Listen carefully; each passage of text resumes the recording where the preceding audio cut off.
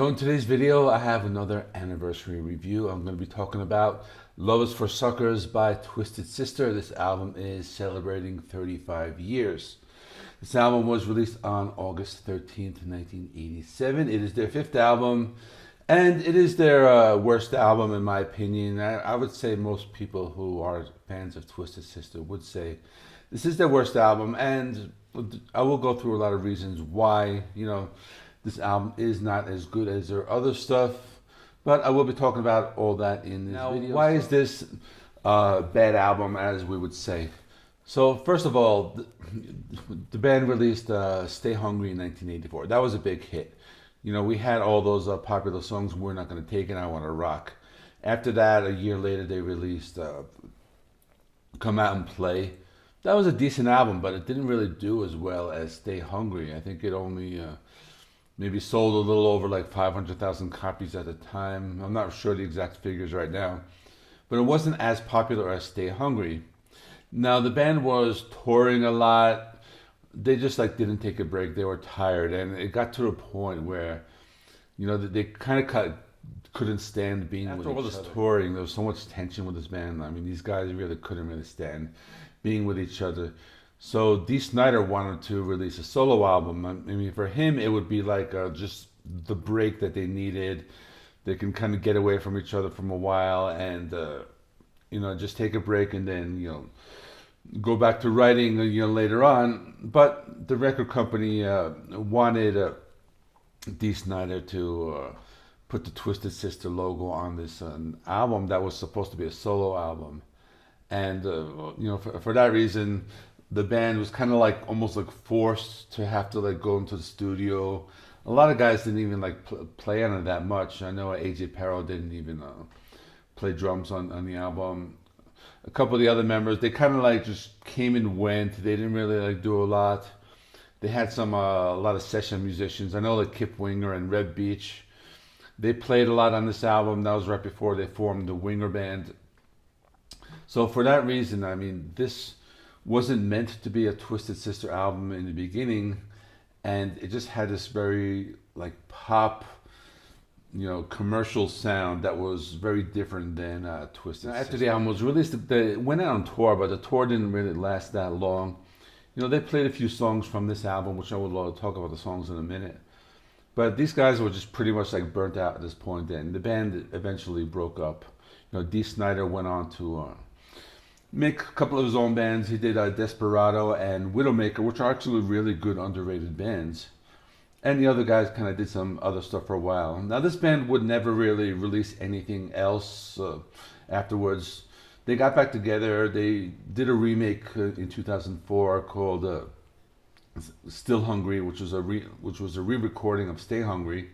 And then they did that Christmas album, which is kind of a cool novelty, but it's nothing great. It's just basically a Christmas song. So they never recorded another full studio album after that. So this band never really got back together. And at this point, I think they're just completely broken up. They did their last show. And I don't really think they will be getting back together. I doubt it. I mean, Dee's doing his solo stuff, and the rest of the band, I don't know what to do. This album has 10 songs. Now, the first 3 are actually not that bad. Actually, the first song is actually really good. But after track 3, the album is pretty much all filler. It's just very polished. There's hair metal. The lyrics are just very basic. It has a sound that's very clean. Something along the lines of a band like Warrant or Poison. Whereas Twisted Sister always had that edge to them, That's why I love those first 3 albums. But this album is just not good. So let me go through the songs. I've been saying a lot of negative stuff about this album, but I will say the first song is called Wake Up the Sleeping Giant. Now this is a really good song. I mean, this might be a top 10 song for me in the Twisted Sister catalog.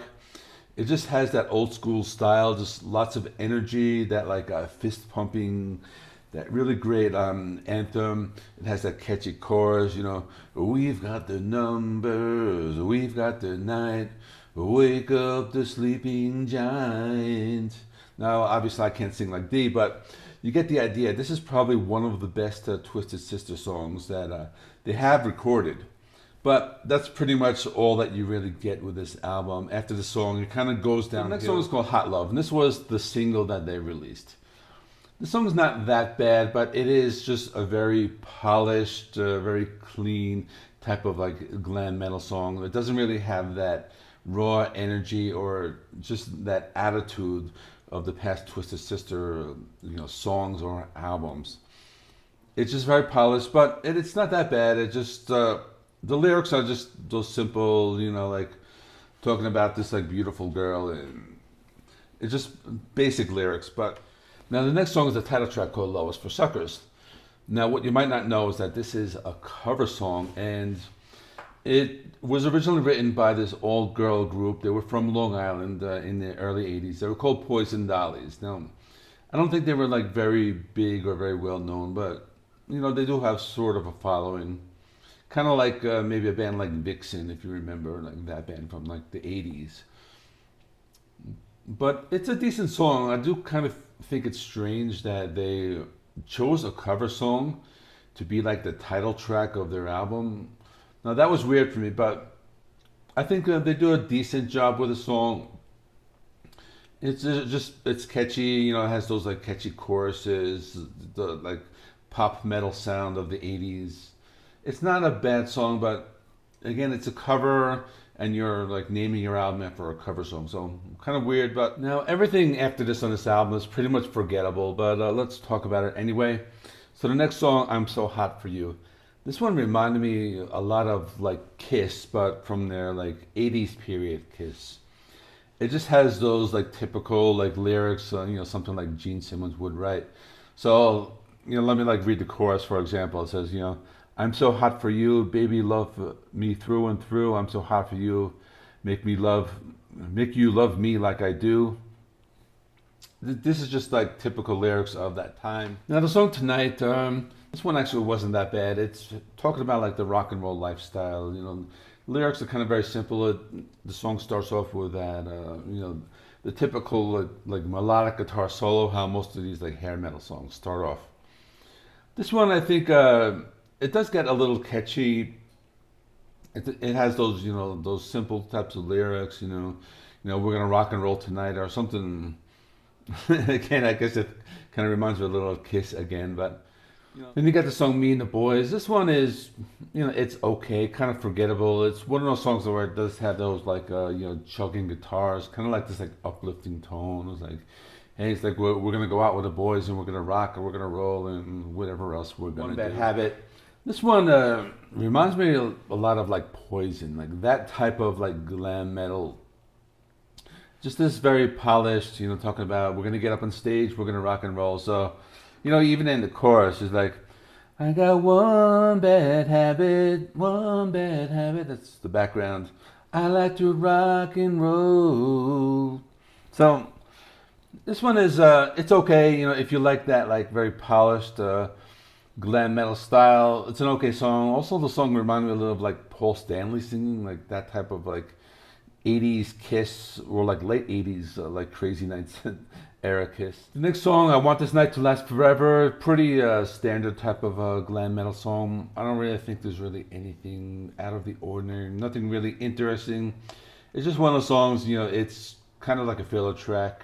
After that is "You're All That I Need." I think this one is, it's okay. Again, it's towards the end of the album, and like I said, the more you get into the album, the more I feel it's more like filler on this. So I think on this last song, it's called "Yeah Right." I think they kind of, it almost feels like they kind of like wrote it real quickly and just wanted one more song for the album, because it just, if you look at the way it's written, I'm like reading the lyrics right now. So the chorus, "Yeah right, we got you now," and they repeat that like 4 times. And then they have like another verse, and then after the solo, it's like na na na na na na na na na na na na, then just like that. "So stomp your hands, stomp your feet, do a dance, hook into the beat." It's something they kind of like wrote real quickly. Again, it's okay. I like the drum beat. It has a pretty cool rhythm to it. But other than that, it's just a little filler add-on song. So that's really all I'm going to say about this. So let me wrap this up. So basically, this album, I think if you go into it thinking that, okay, so this is the situation, the band was going through a lot of stress, and it was meant to be a Dee Snider solo album.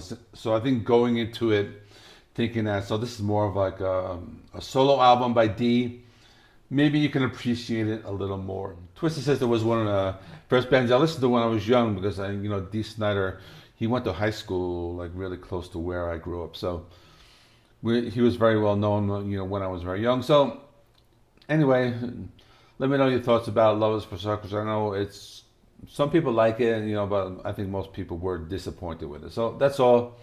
And the weekend's coming up, so I have some new releases. But the new Arch Enemy, I'll be doing that Saturday morning. And the Halo Effect, that's like an In Flames kind of band. And that's it. Thanks for watching. See you in the next one.